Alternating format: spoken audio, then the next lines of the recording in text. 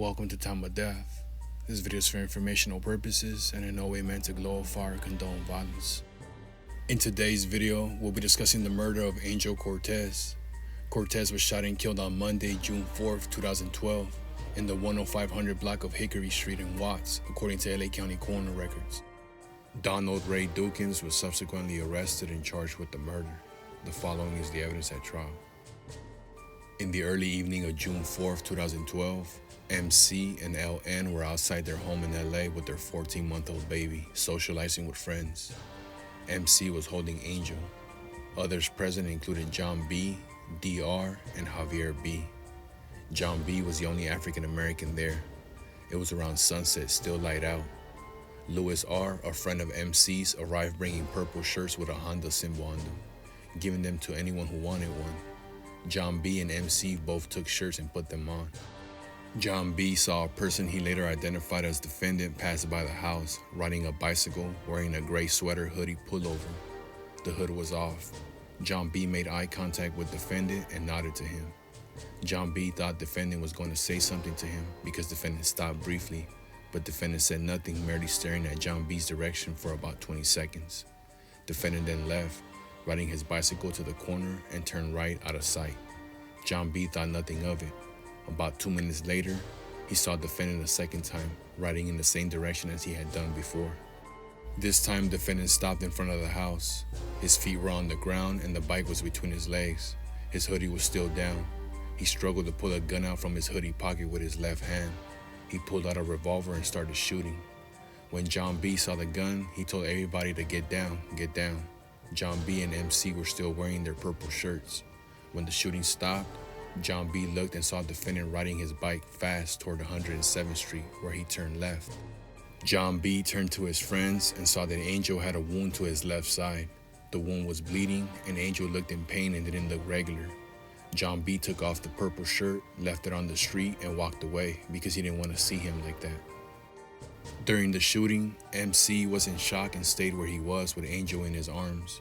When the shooting stopped, he looked at Angel and saw that he had been hit and gave him the DR. Angel wasn't crying anymore, and his eyes were still open. MC felt a cold sensation and realized he had been shot. DR took the baby from MC and then noticed the baby had been shot. The baby was trying to cry but could not and was turning pale. She could see inside his stomach. Another woman came and did CPR on the baby, and the baby was breathing again. Then she gave the baby to the paramedics. When the shooting started, LN, Angel's mother, threw herself on the ground. When it stopped, she got up and looked around. She was just in shock. She saw MC giving the baby to DR and heard him crying. DR called her, and LN saw blood on DR and then realized it was Angel's blood. LN called the police and then went to the hospital in an ambulance with Angel. Hours later, she was told Angel was dead. He died of 2 gunshot wounds, both of which were fatal. Officer Ramon Barunda was the first police officer to arrive at the crime scene. He responded to a call he received at 7:51 p.m. and arrived a minute later at 7:52 p.m. It was daylight with a slight overcast. The street lamps were not on yet.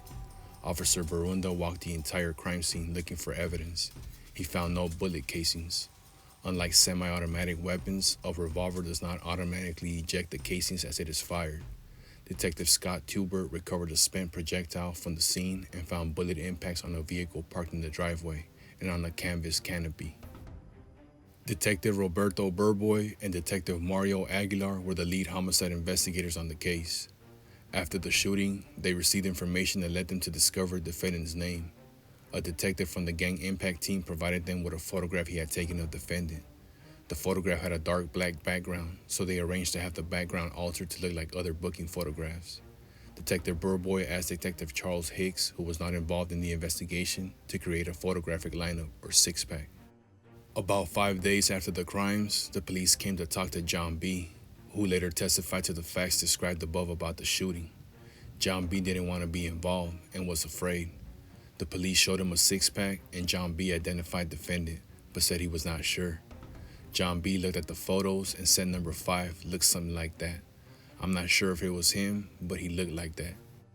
Javier B. was present at the gathering on the evening of the murder. He was sitting in the back of a car in the driveway, watching his uncle fix the car.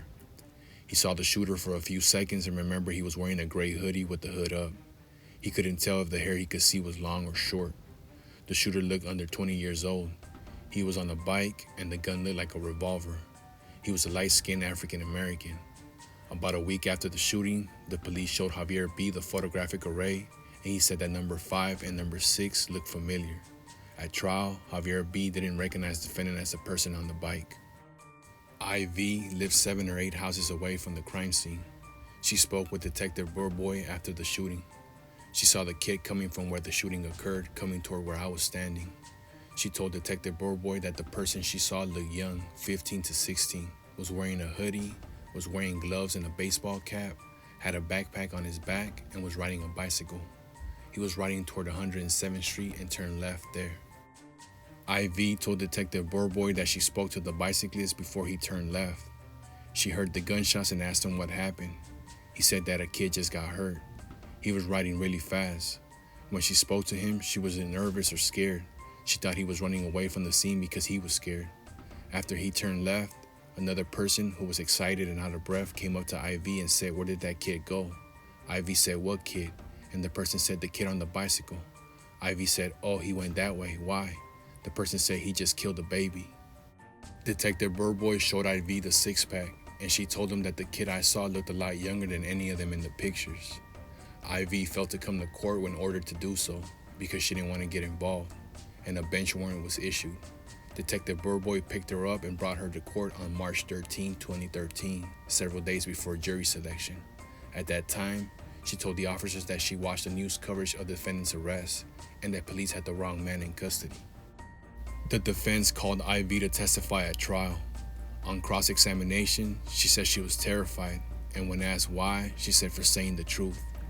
She said that when she saw the picture of the defendant on the news, it didn't seem like the kid I saw the seconds after the shooting. But this is the first time I see him in person, so I'm freaking out right now because it does look like him. By him, she meant the kid on the bicycle, and she was referring to the defendant when she said it looks like him. She said I remember his face and said the defendant was the kid on the bike that she saw that day.